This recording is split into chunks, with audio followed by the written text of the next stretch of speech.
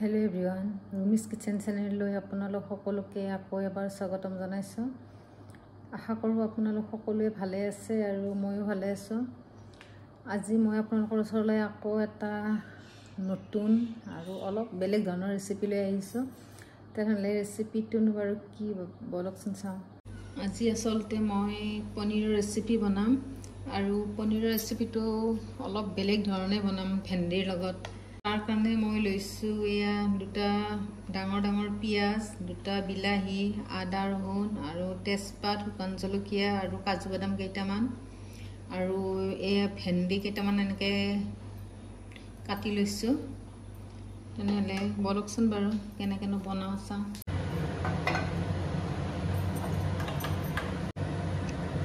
মই কেৰাহীত সৰিয়হৰ তেল দি দিছো।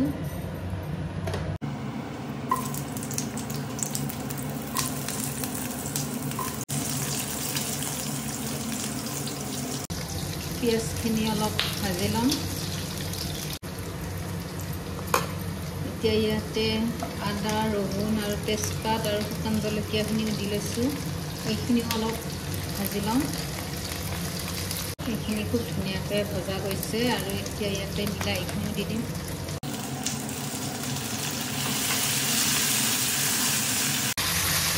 বিলাহীখিনিও অলপ ভাজি লম।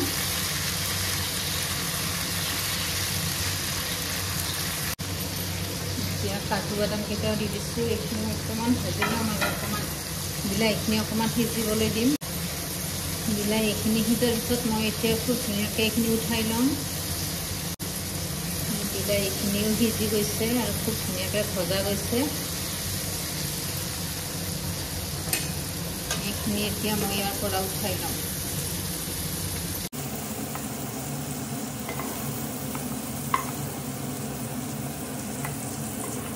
কেৰাহীতে আৰু অকণমান তেল দি দিছোঁ আৰু মই এতিয়া ভেন্দিখিনিও খুব ধুনীয়াকৈ ভাজি ল'ম।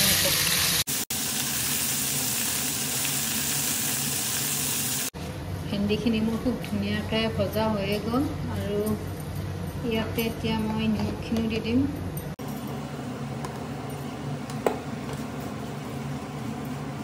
আৰু এতিয়া ইয়াতে মছলাখিনিও দি দিছোঁ। ইয়াতে জিৰা, ধনিয়া, গৰম মছলা গোটেইখিনি আছে।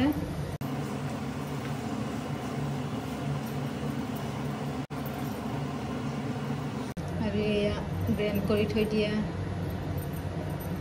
গোটেইখিনি দি দিছোঁ। এইখিনি খুব ধুনীয়াকৈ মিলাই ল'ম।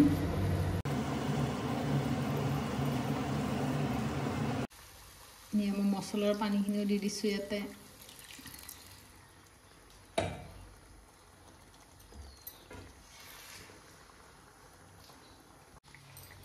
এতিয়া মই ইয়াতে পনীৰখিনিও দি দিছোঁ।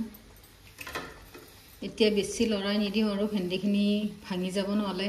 এনেকৈ ভেন্দিৰ লগত কোনোবাই পনীৰ খাই পাইছেনে ক'বচোন। এনেকৈ ভেন্দিৰ লগত পনীৰ খাই আচলতে খুব ভাল লাগে আৰু এবাৰ খাই চাব এনেকৈ বনাই। আৰু মোৰ ভিডিঅ'টো ভাল লাগিলে লাইক, শ্বেয়াৰ আৰু ছাবস্ক্ৰাইব কৰি দিব আৰু আপোনালোকলৈ নতুন নতুন ৰেচিপি লৈ আহি থাকিম। শেষত অকণমান গৰম মছলা দি দিছোঁ।